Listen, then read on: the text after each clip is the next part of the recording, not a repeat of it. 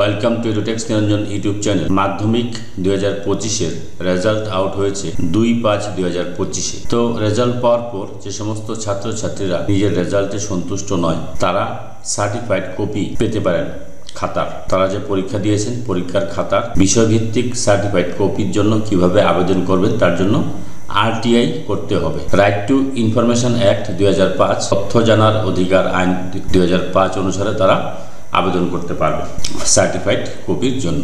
যে স্টুডেন্ট যে রিজিওনাল অফিসের অন্তর্ভুক্ত সেই রিজিওনাল অফিসে অ্যাড্রেসে ফরম্যাটে আবেদন করতে হবে। নিচে ফরম্যাটটা দেওয়া রয়েছে, ফরম্যাটটাতে আমি পরে আসছি। রিজিওনাল অফিসের অ্যাড্রেসগুলো দেখুন।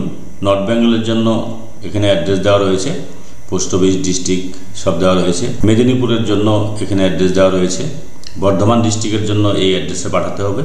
কলকাতা ডিস্ট্রিক্টের জন্য এই অ্যাড্রেসে পাঠাতে হবে। এখানে বলা হয়েছে নর্থ বেঙ্গল রিজিওনাল অফিসের অন্তর্ভুক্ত যে সমস্ত ছাত্রছাত্রীরা আছে তাদের রোল নাম্বার 2 দিয়ে শুরু হয়েছে। তারপর বর্ধমান রিজিওনাল অফিসের রোল নাম্বার 4 দিয়ে শুরু হয়েছে। মেদিনীপুর রিজিওনাল অফিসের জন্য 6 দিয়ে শুরু হয়েছে রোল নাম্বার। কলকাতা রিজিওনাল অফিসের জন্য 8 দিয়ে শুরু হয়েছে রোল নাম্বার।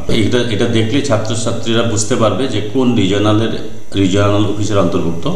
তো সেই রিজিওনাল অফিসের অ্যাড্রেসগুলো উপরে দেওয়া রয়েছে, সেই অ্যাড্রেসে আবেদন করতে হবে। এবার আবেদন করার শর্ত কি? যেদিন রেজাল্ট পাবলিশ হয়েছে তার থেকে 75 দিনের মধ্যেই আবেদন করতে হবে। অর্থাৎ RTI অ্যাক্টে আবেদন করার লাস্ট তারিখ হচ্ছে 16 জুলাই 2025। এরপরে কিন্তু আর আবেদন করা যাবে না RTI অ্যাক্টে। 2 নম্বর পয়েন্টে বলা হয়েছে মার্কশিটের সেলফ অ্যাটেস্টেড ফটোকপি অ্যাপ্লিকেশনের সাথে অ্যাটাচ করতে হবে এবং ফোন নাম্বার দিতে হবে। 3 নম্বর পয়েন্টে বলা হয়েছে যারা আবেদন করবে তাদের যে answer script, certified copy of answer script দেওয়া হবে সেটা কিন্তু ক্যান্ডিডেটকে দেওয়া হবে, অথবা তার ন্যাচারাল অথবা লিগ্যাল গার্জিয়ান যদি যায় তার উপযুক্ত ডকুমেন্ট দেখায় তাহলে তাকেও দেওয়া হবে। এছাড়া অন্য কোনো ব্যক্তিকে কিন্তু সার্টিফাইড কপি দেওয়া হবে না।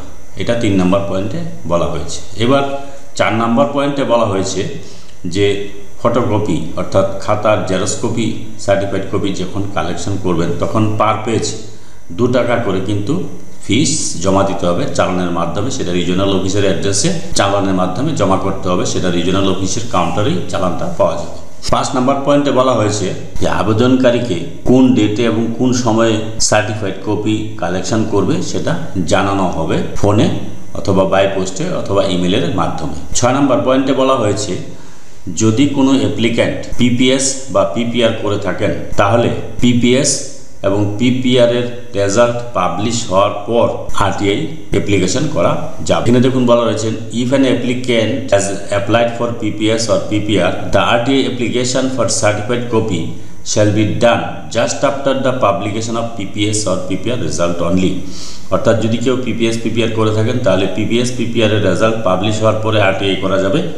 আর যদি কেউ PPS PPR না করে থাকেন তাহলে এখনই আবেদন করতে পারবেন। RTI অ্যাক্ট অনুসারে যে সার্টিফাইড কপি অর্থাৎ লিখিত অ্যান্সার স্ক্রিপ্ট যেটা দেওয়া হবে জেরক্স, সেখানে কিন্তু কোনো রিইভ্যালুয়েশন খাতার করা হবে না, শুধুমাত্র সার্টিফাইড কপিটাই দেওয়া হবে।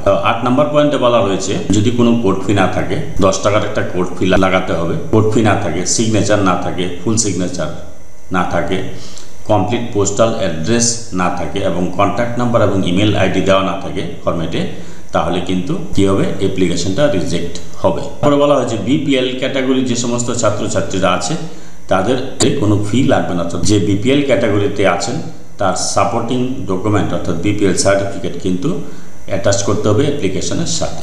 যদি রং গেজিং হয়ে থাকে, টোটালে ভুল হয়ে থাকে বা কোনো কোয়েশ্চেনের নম্বর না দেওয়া হয়ে থাকে সেই ক্ষেত্রে তাকে কিন্তু রেকটিফাই করার সুযোগ দেওয়া হবে। তার জন্য কোনো অতিরিক্ত টাকা বা এক্সট্রা চার্জ লাগবে না এবং সেটা কিন্তু সার্টিফাইড কপি পাওয়ার 15 দিনের মধ্যেই আবেদনটা করতে হবে। এরপরে কিন্তু কনসিডার করা হবে না। অর্থাৎ অ্যাপ্লিকেশন রিসিপ্ট আপনার 31 জুলাই 2025। 31 জুলাই 2025-এর পরে যদি কেউ এই আবেদনটা করে, কোন আবেদন? যে সার্টিফাইড কপি পেলেন, পাওয়ার পর যদি দেখেন টোটালে ভুল আছে, রং কেজিং আছে অথবা কোনো কোয়েশ্চেনের অ্যান্সারে নাম্বার দেওয়া হয় নাই, সেটা যদি আপনার নজরে পড়ে তাহলে 31 জুলাই 2025-এর মধ্যে ওদের দৃষ্টি আকর্ষণ করতে হবে, সেই ক্ষেত্রে রেকটিফাই করা হবে। এবার ফরম্যাটটা দেখে নিন।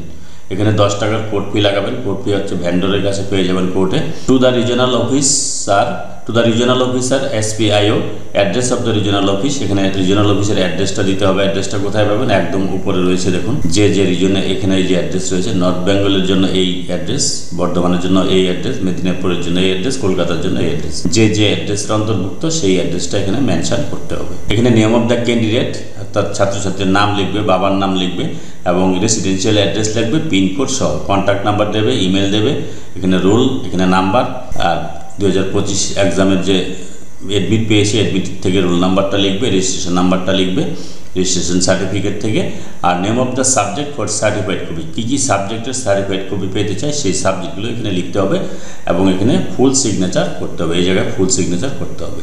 এইভাবে আবেদনটা বাই পোস্টে অথবা কি হাতেও জমা দিতে পারেন। এইভাবে RTI করতে পারেন মাধ্যমিক 2025 ছাত্রছাত্রীরা। যদি ভিডিওটি ভালো লাগে please like, share and subscribe this channel to get notification of the next update. Thanks for watching.